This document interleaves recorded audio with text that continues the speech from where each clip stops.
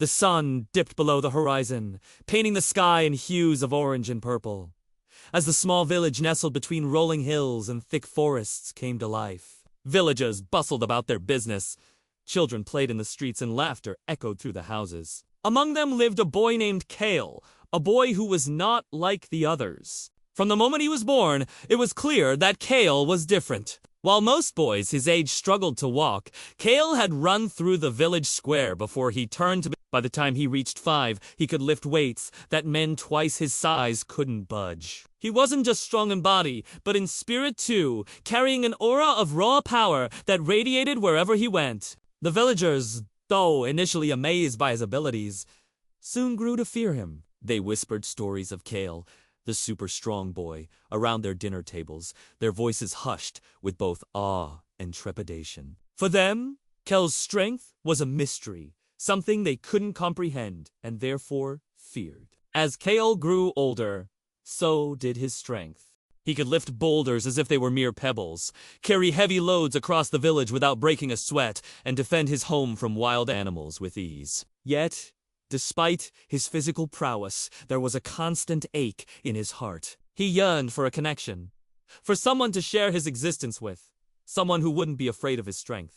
Growing up, Kael had always been a solitary figure. He had tried to make friends, but whenever anyone got close, they would become frightened by his powers and run away. He had tried to explain that he wasn't a monster, that he had feelings too, but his words were lost in their fear. It was during one of his lonely strolls through the forest that Kael met an old hermit. The hermit, who had lived in the woods for many years, was said to be wise beyond measure. Kael, desperate for someone to talk to, someone who wouldn't fear him, decided to seek the hermit's help. The hermit, after listening to Kael's tale, smiled knowingly. "My boy," he said, his voice like rustling leaves, "you are strong, yes, but strength isn't just physical. Sometimes it's in being kind, in being brave, in being yourself." His words confused Kael even more. He didn't understand what the hermit meant.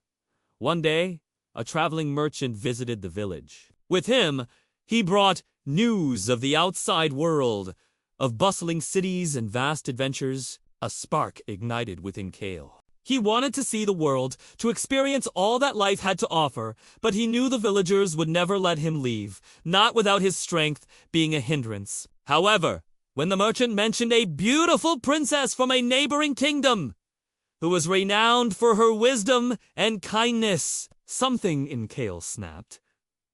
He decided then that he would go to her, hoping that she might understand his strength, his feelings, his very essence. But as the days turned into weeks and still there was no sign of the princess, Kael's hope began to dwindle. Was he destined to live his whole life in fear and solitude? Suddenly, one morning, as Kael was walking through the village, he heard a commotion. A group of men were gathered around a stranger, their faces filled with admiration. And when Kael approached them, he saw the most beautiful woman he had ever seen.